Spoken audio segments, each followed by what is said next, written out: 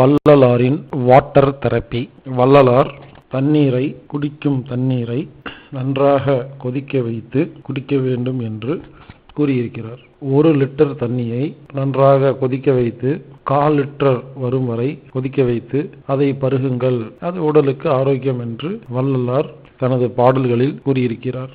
ஆனால் நாம் தண்ணீரை கொதிக்க வைத்து குடிக்கக்கூடாது என்று நாம் கடந்த 7 வருடமாக உலக மக்களுக்கு பிரச்சாரம் செய்து வருகிறோம். தண்ணீரை கொதிக்க வைக்கும் பொழுது அதில் உள்ள பிராணன் ஆவியாகிறது, அதில் உள்ள உயிர் வெளியே செல்கிறது.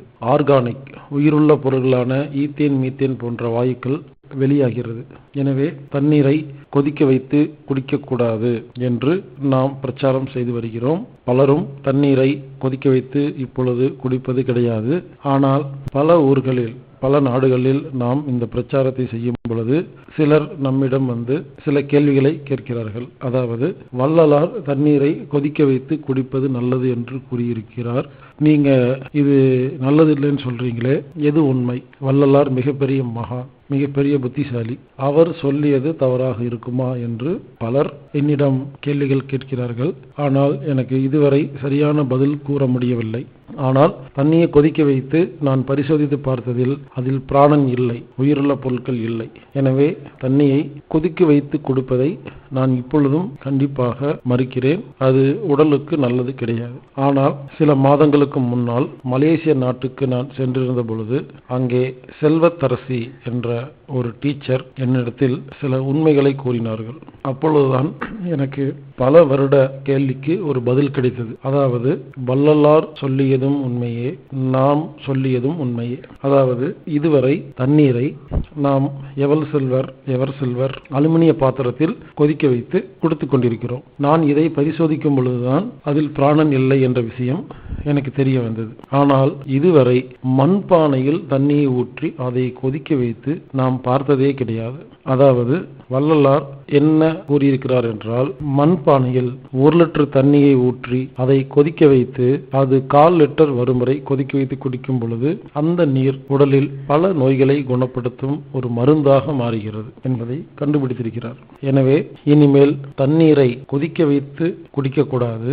அதாவது எவர் சில்வர் அலுமினிய பாத்திரத்தில் கொதிக்க வைத்து குடிக்கக்கூடாது. அப்படி குடிக்கும் பொழுது அதில் உள்ள நல்ல விஷயங்கள் ஆவியாகி விடுகிறது. எனவே அந்த நீர் உடலுக்கு ஆரோக்கியத்தை கிடைக்கிறது என்பது உண்மை. ஆனால் ஒருவேளை நான் கொதிக்க வைத்து தான் குடிப்பேன் என்று யாராவது முடிவு செய்திருந்தால், எங்கள் ஊர் தண்ணீரில் கிருமிகள் இருக்கின்றன, சாக்கடை தண்ணீர் கலந்து வருகிறது, அதில் TDS அதிகமா இருக்கிறது என்று ஏதாவது சாக்கு சொல்லி நீங்கள் குடிக்கும் தண்ணீரை கொதிக்க வைத்து தான் குடிப்பேன் என்று அடம்பிடித்தால் உங்களுக்கு ஒரு அற்புதமான வழி சொல்கிறேன். மண்பானையில் தண்ணீரை ஊற்றி அதை கொதிக்க வைத்து குடிக்கும் பொழுது அதில் மண் சத்து அதிகமாகிறது. மண்பானை காற்றில் உள்ள, அதாவது பிரபஞ்சத்தில் உள்ள சக்தியை நீருக்குள் அனுப்புகிறது. இவ்வாறு செய்து குடிப்பதால் அந்த நீர் மருத்துவ குணம் பெறுகிறது. எனவே நமது உடலில் உள்ள நோய்கள் குணமாகி ஆரோக்கியம் அடைவதற்கு மிகப்பெரிய வாய்ப்பு உள்ளது.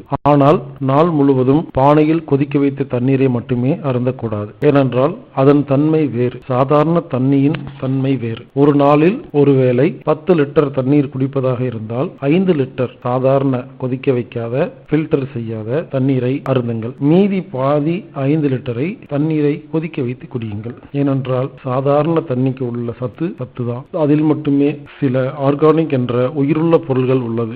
என்னதான் பானையில் தண்ணீரை கொதிக்க வைத்தாலும் அதில் உள்ள உயிருள்ள பொருள்கள் அனைத்தும் அழிந்துவிடும். எனவே தண்ணீரை 3 வகையாக பிரியுங்கள். 1 சாதாரண கொதிக்க வைக்காத தண்ணீர், 2 மண்பானையில் கொதிக்க வைத்த தண்ணீர், 3வது மற்ற பாத்திரங்களில் கொதிக்க வைக்க தண்ணீர். இதில் மற்ற பாத்திரத்தில் கொதிக்க வச்ச தண்ணீரை மட்டும் தயவு செய்து குடிக்கவே வேண்டாம், அது உடலுக்கு கெடுதலை ஏற்படுத்தும். எனவே இனிமேல் முடிந்தவரை சாதாரண தண்ணீரை குடிப்பதற்கு முயற்சி செய்யுங்கள். இல்லை என்றால் மண்பானையிலாவது கொதிக்க வைத்து குடியுங்கள். இந்த ரகசியத்தை கற்றுக் கொடுத்த மலேசிய டீச்சருக்கு நன்றிகள். வாழ்க வளமுடன்.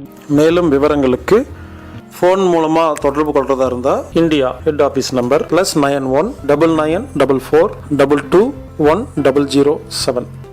இன்னொரு நம்பர் 9842452508. இமெயில் மூலமா கான்டாக்ட் பண்றதா இருந்தா anatomictreatment@gmail.com ANATOMICTREATMENT@gmail.com இல்லைன்னா healerbhaskar@gmail.com HEALERBASKAR@gmail.com. anatomictherapy.org அப்படிங்கிற வெப்சைட்லேயோ anatomictherapyfoundation.com அப்படிங்கிற வெப்சைட்லேயோ நீங்கள் எல்லா விஷயங்களையும் தெரிஞ்சுக்கலாம்.